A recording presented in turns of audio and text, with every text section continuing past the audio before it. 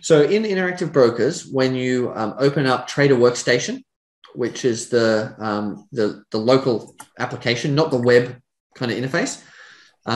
So when you open up Trader Workstation, you log in, you can type in the ticker, the code of the stock that you want to buy or sell in the top left in the mosaic window. And it's where you type in the code and you tick buy or sell and you say how many and all of that. Typically underneath that, there's a news feed. So you can see it in the news feed. When you type in the ticker at the top, in the news feed, the news should switch to be just about that stock.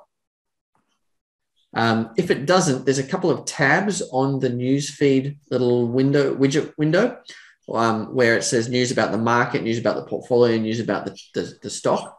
Click on the tab about the stock and it'll show you all the recent announcements. And what you're looking for is basically scheme of arrangement or takeover or price sensitive announcements or something like that. And you want to have a look and read them and see if there's any takeovers. Now, that's in the news, but the biggest giveaway is what the price action looks like. So if the stock is moving along, and then all of a sudden it jumps up and goes in a very tight trading range like this, that's typically what a takeover situation looks like.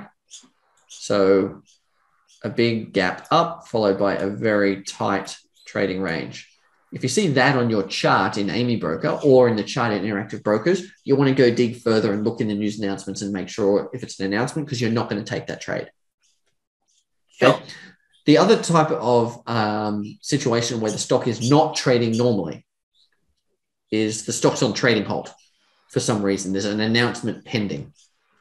Now, you can't necessarily tell that from Amy Broker unless when you look at the chart, the most recent bar on the chart is several days ago, right? That's a dead giveaway.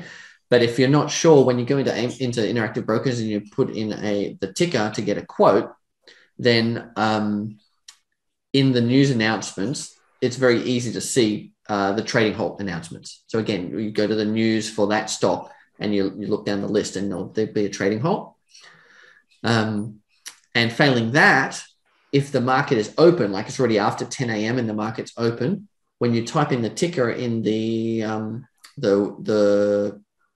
buy the stock, it'll have a little C next to the price, C for closed, as in it's not trading. And if it's not trading during the trading day, then it's on halt and something's going on.